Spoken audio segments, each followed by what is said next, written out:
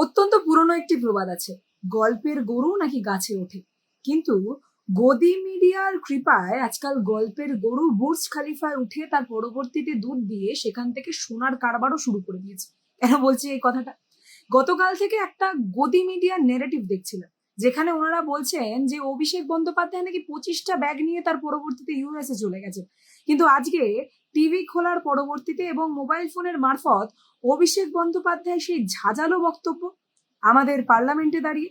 শুধুমাত্র তাই কেন, তার পাশাপাশি পার্লামেন্ট থেকে বেরিয়ে ওনার মিডিয়াকে ফেস করে স্পষ্ট কথা স্পষ্ট কণ্ঠে বলা সেই জিনিসটা আবারও আমাদের সকলের চোখ কাড়লো। আসলে কি জানেন তো, যেই গদি মিডিয়ার কাছে যখন ছাত্রদের উপর ক্রমাগত অত্যাচার হচ্ছে, তাদের আন্দোলন হচ্ছে, সেই আন্দোলন থেকে অনেক বেশি গুরুত্বপূর্ণ হয়ে যায় কে কাকে বিদেশে গিয়ে মেলোডি অফার করেছে। শুধুমাত্র তাই কেন, তার পাশাপাশি বাংলার বুকে যখন আমরা দেখতে পারি যে বুলডোজার দিয়ে তার পরবর্তীতে এত সংখ্যক মানুষের স্বপ্ন গুড়িয়ে দেওয়া হয়, তার থেকে অনেক বেশি ইম্পর্টেন্ট হয়ে দাঁড়ায় যে আমাদের বাংলার নতুন যিনি সিএম অর্থাৎ শুভেন্দু অধিকারী কখন কোন গোশালায় গিয়ে কোন গরুর গোমাতা, সরি ক্ষমা করবেন, গরু বললে এখনই কেস দিয়ে দেবে, গোমাতার গায়ে হাত বুলিয়ে তার প্রেশারটা কমিয়েছেন, সেই জিনিসটা যখন মেন হেডলাইন হয়ে দাঁড়ায়, সেই মিডিয়ার কাছ থেকে এর থেকে বেশি আমরা স্বচ্ছতা এক্সপেক্টও করতে পারি না।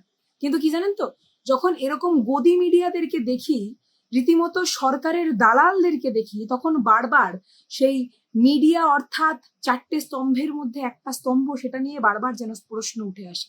আমি বিভিন্ন মিডিয়া ভাইদেরকে বলবো, যারা বাস্তব কথা তুলে ধরে, যারা এখনো সত্যের জন্য লড়াই করে যাচ্ছে শাসকের সাথে চোখে চোখ মিলিয়ে, এই সব বেনজলকে আপনাদেরকে চিহ্নিত করে তার পরবর্তীতে বের করতে হবে। না হলে এনারা কিন্তু আপনাদের জায়গা নষ্ট করছে। আর এই জিনিসগুলো যদি কন্টিনিউ হয়, তাহলে তার পরবর্তীতে আমরা কিন্তু লিগাল স্টেপ নিতে বাধ্য হব। অনেক হয়েছে এইসব নাটকবাজি, আর নয়। আর হ্যাঁ, অভিষেক বন্দ্যোপাধ্যায় চোখে চোখ রেখে তার পরবর্তীতে প্রশ্নের উত্তর দিতে জানে। অভিষেক বন্দ্যোপাধ্যায় পালায় না, ওই অমিত শাহ বাবুর মতো। আচ্ছা, এই জিনিসটা শোনার পরবর্তীতে কেস দেবেন না প্লিজ।